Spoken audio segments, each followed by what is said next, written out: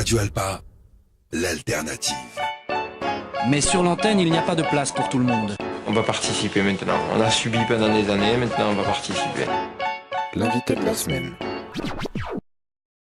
Aujourd'hui, je suis avec Rayal Sela, qui est au Mans, qui est un artiste de Tours. Bonjour Rayal Sela. Salut, big up. Alors je me demandais pourquoi tu t'appelles Rayal Sela. C'est une longue histoire, on va dire que... En gros, le Rial, c'est la contraction de Royal, qui est pour moi le côté un peu bling bling, comme dans le dancehall, les daddy, les don, c'est bien, c'est souvent fait. Et le Sila, c'est un terme biblique qui veut dire amen, enfin ça dépend en gros. Mais c'est surtout, c'est présent que dans les psaumes, donc c'est pour rythmer les poèmes. Donc je trouvais ça cool d'avoir à la fois un terme biblique, vu que j'ai un côté assez spirituel, mais qui veuille dire le rythme et la cadence. Et pour la petite histoire, j'ai gardé RS vu que mon vrai blaze c'est Raphaël Smith. Super, donc justement c'est des références assez reggae si je peux me permettre. Et en ce moment tu t'orientes plus vers le hip-hop, alors pourquoi cette démarche-là ? On va dire que c'est pas vraiment une démarche que j'ai essayé de mettre en place, je l'ai pas spécialement voulu. Alors il y a plusieurs raisons à ça, c'est que déjà le reggae en français, j'en écoute peu. Donc sachant que j'écoute beaucoup d'artistes jamaïcains ou anglais, etc. Donc, mais c'est pas la même langue, c'est pas les mêmes vibes, du coup c'est un petit peu compliqué de faire le même genre de musique que celle que j'écoute. À la base, avant d'être un artiste reggae ou hip-hop, j'aime surtout les textes, donc au final le hip-hop est très bien pour ça. Et je dois avouer que, sachant que j'ai habité ces 5 dernières années sur Paris, le côté rough de la ville, ça fait que forcément t'as plus envie d'écrire du hip-hop. Quand j'étais à la campagne, quand j'étais en Sarthe, à la base forcément je me baladais dans la campagne, c'est plus des vibes reggae, le soleil, les chants, enfin c'est cliché mais la vérité c'est que ça joue sur ma musique forcément.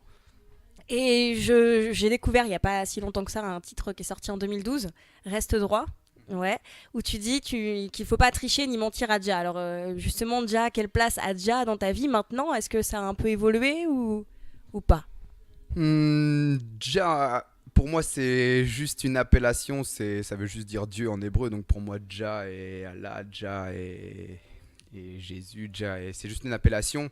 Après j'avoue qu'en 2012 j'étais plus côté Rasta vraiment, donc je le voyais pas pareil. Aujourd'hui c'est un petit peu différent, je dis d'ailleurs dans un morceau que pour moi l'erreur est humaine et la façon d'appeler de plein de façons différentes c'est forcément humaine parce que je pense pas que Dieu soit schizophrène, donc pour moi Dja et tout le monde à la fois, donc c'est juste ma façon de l'appeler parce que entre guillemets dans la culture son dans laquelle j'ai grandi c'est comme ça, mais un musulman va l'appeler Allah, un bouddhiste va l'appeler Bouddha, c'est juste une appellation parmi tant d'autres. Et donc Dieu t'inspire pour écrire ? Est-ce qu'il y a d'autres choses qui t'inspirent justement dans tes textes ? La vie tout simplement, c'est pour ça que j'aime bien le hip-hop, c'est que j'aime bien parler de tout, aussi bien de mes bons côtés que de mes mauvais côtés, des moments déprimants que des bons moments où on est en soirée. J'essaye d'assumer à peu près toutes les facettes de ma personnalité et de la personnalité entre guillemets des gens, parce que le but c'est aussi de parler aux gens, donc je fais des sons entre guillemets à peu près sur tous les sujets, que ce soit la déception, la trahison, l'amour, le sexe, les valeurs, la lutte. J'essaye de faire un peu tout, même si comme je te disais tout à l'heure c'est rarement réfléchi, ça vient, c'est comme ça, c'est une vibe, j'ai envie de parler de ça, donc j'écris. Après si le son derrière il est bon, je l'enregistre et je le clip et je fais le nécessaire, mais je réfléchis pas à qu'est-ce que je vais faire, ça vient et j'écris là-dessus.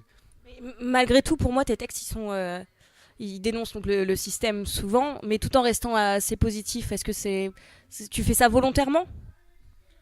On va dire que je sais pas si je fais ça volontairement dans mes textes, mais je dirais que comment dire, c'est une attitude que j'essaye d'avoir au quotidien entre guillemets. C'est-à-dire que je me dis oui, il y a plein de choses à critiquer, il y a beaucoup de choses à faire ou à refaire, mais faut pas oublier que on a la chance d'être là, que ce soit en vie comme en France, on a cette chance, on est plus gâté que beaucoup de gens, donc faire de la musique négative, je vois pas l'intérêt. Et il y a aussi le fait que, on va pas se mentir, les gens écoutent de la musique justement pour penser à autre chose. Par exemple là aujourd'hui, on est là, on va faire un concert, on est samedi soir. Bien sûr que mon but en tant qu'artiste c'est de faire passer un message et de militer, mais mon but aussi c'est que les gens passent une bonne soirée parce qu'ils ont tapé leur semaine de cours, de taf, de tout ce que tu veux. Et ils ont envie de se libérer l'esprit. Je suis pas là pour être le casse-couille de service qui donne des leçons de morale. Enfin, je sais pas, tu vois ce que je veux dire.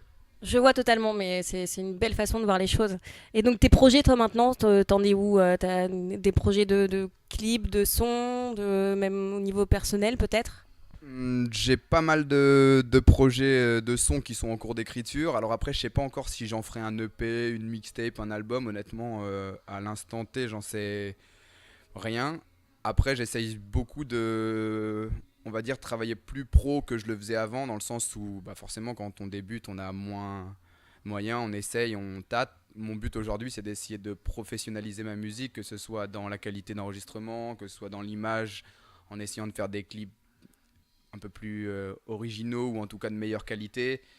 Et voilà, comme je te disais tout à l'heure, vu que j'aime bien faire un petit peu de tout, j'ai envie de faire un peu de dancehall, de reggae, de hip-hop, de la drum and bass, il faut les... J'aime bien...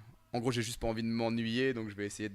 C'est pour ça que pour le moment, je sais pas quelle tête et quel contenant sera mon prochain projet. Je travaille tous les jours, toujours dessus, donc il y aura, mais quoi, j'en sais rien aujourd'hui.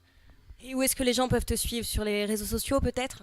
Ouais, sur tous les réseaux sociaux, de Snapchat à Twitter, à Facebook, à YouTube, partout c'est Rial Sela, RYKLSELAH. Donc voilà, après, si quelqu'un a besoin de plus d'infos, qu'il n'hésite pas à me contacter en privé, je répondrai avec plaisir, il n'y a pas de souci.